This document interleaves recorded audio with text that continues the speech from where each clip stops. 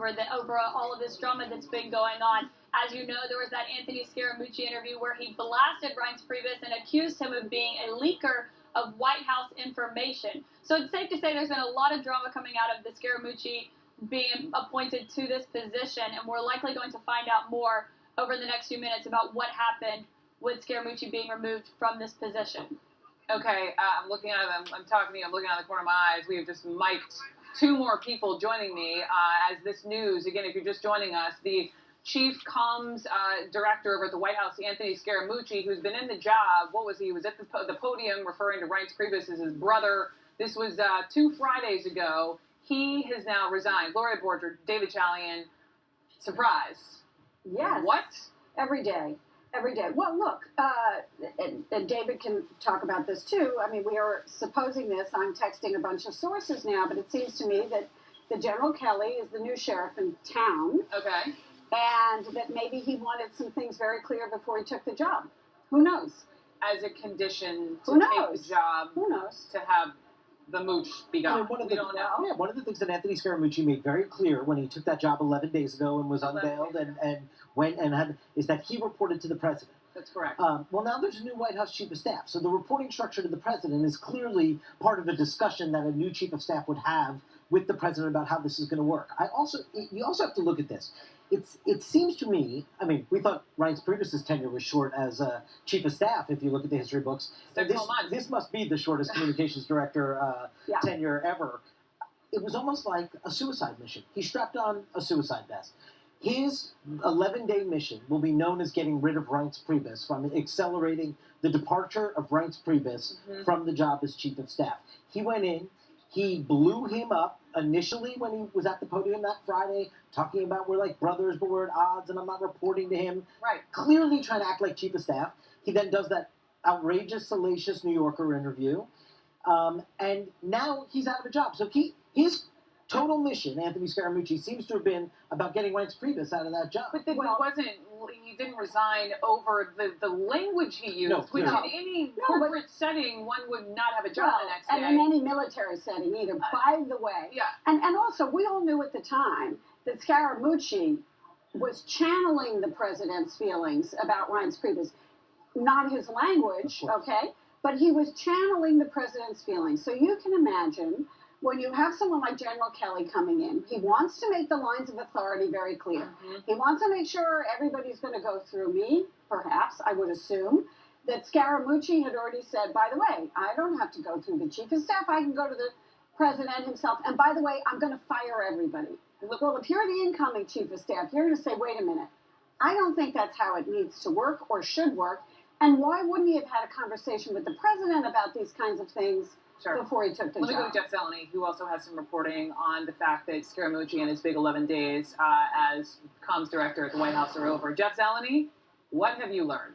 Brooke, we are learning that there will be a statement coming out shortly, we believe, certainly this afternoon, likely pretty soon, from the White House, explaining all of this, explaining what led to this really abrupt decision, as David and Gloria were just talking about there, after about 10 days or so in this position and not yet even actually officially starting. He was going to officially start this week, but we're told that there will be a statement coming out, and there's a potential possibility here, Brooke, that he could be moving to a different job. We don't know that. We're being advised that to be very careful with our language here. But we do know the president effectively lost faith and some confidence in Anthony Scaramucci after that tirade, as you said, that he went on against Reince Priebus and Steve Bannon, who remains still in the West Wing as the chief strategist here. So the language was one thing that the president initially, we were told, was fine with, but once all the coverage started coming in about this, he was somewhat alarmed by it. So, Brooke, I mean, this is a house cleaning day, and first and foremost, the president appearing with his chief of staff. And he did say that everyone would report to the chief of staff. He has the full authority here. Where, Brooke, this is the first big sign that, of course, includes Anthony Scaramucci. That has been a lingering question. Would he continue reporting to the president? Now it doesn't matter because he is out.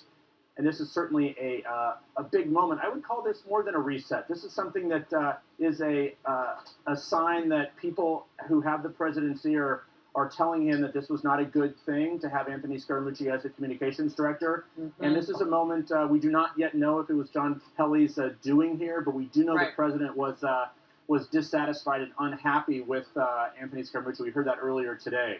So, Brooke, as we get more on this, we'll bring it to you, but keep an eye out for that statement coming shortly. We will keep an eye out for it, also keeping in mind that the White House was supposed to be having this on-camera briefing in just about an hour from now.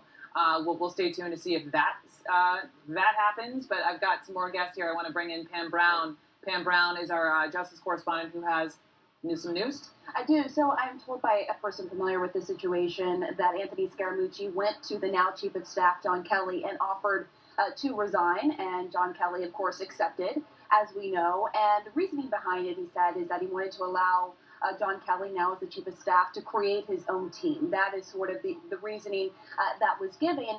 But I think it's a significant sign in terms of how much latitude the new Chief of Staff has in this situation. The person I was speaking with made that point, that clearly this is sending a strong signal that John Kelly, as Chief of Staff, is in charge. He has a lot of latitude, and clearly Anthony Scaramucci went to him, offered to resign, and that's the end of it. He is now gone. But it also clearly reflects that President Trump lost confidence in Scaramucci as a spokesperson for him, as an image, as somebody whose image he thought was working to his advantage. If this, no doubt, John Kelly was able to build his own team, I have no doubt, but if President Trump thought Anthony Scaramucci's performance over the last 11 days was how he wanted to be seen and what he wanted to be, this would keep going even with the new Chief of Staff. But, he never commented about Scaramucci's vulgarity. Mm-hmm. He never said, this is inappropriate, this is unacceptable, because the message that Scaramucci was delivering about Reince Priebus, and Steve Bannon, by the way, was clearly sanctioned by the President of the United States. So, there is a new sheriff in town. He's doing things a little bit differently, and I think he wanted to make it very clear, and Scaramucci offered it, as you're reporting, but I'm wondering whether that was what was behind required. Right. Jim Acosta, just adding voices to this whole conversation. Jim Acosta is our senior White House correspondent, also standing by with a little bit more news on the Scaramucci resignation after 11 days. Jim, what have you learned? Well, the president was insisting earlier this morning on Twitter that there is no White House chaos. I think we now have further evidence that nothing could be further from the truth. There is obviously White House chaos when a communications director is only on the job for 11 days and then has to resign after a profanity-laced tirade that dominated the news for part of last week. You have chaos here at the White House. Now, I was talking to a friend of Anthony Scaramucci just in the last couple of hours who was insisting that he was going to weather this storm and that the story about him dog cussing some of the people here at the White House, that all of that was going to pass. Obviously, that did not pass, and as Jeff and others were pointing out in the last several minutes, there was this issue that General Kelly was going to have to deal with as Chief of Staff as to what to do with these rival factions inside the White House. Anthony Scaramucci represented one of those factions inside the White House, and that is the former campaign people who did not very much like the RNC people who had come in to help run this White House, people like Reince Priebus, the former Chief of Staff, Sean Spicer, the former White House press secretary. Those two factions were among the factions fighting with each other inside this White House, and there was this question, and it was obviously going to come up at the briefing this afternoon, as to who reports to General Kelly. Do these rival factions inside the White House, people like Steve Bannon and Jared Kushner and so on, do they report to the Chief of Staff, or do they just report directly to the President and have the ability to go around the Chief of Staff? That is the exact situation that Reince Priebus was struggling to deal with when he was in charge, or not really in charge, when he was managing the staff here at the White House, is that he had people routinely going around him, walking right into the President's office and having meetings with him, sometimes meetings that Priebus did not even know about until later on. And so this was one of the situations that General Kelly was going to have to deal with. Now, I do understand from talking to a source who is close to the President, and this is not exactly talking about the Scaramucci situation, but that this is a pattern that sometimes happens over here at the White House, is where something flares up, the President says, well, no big deal, or he may even like that.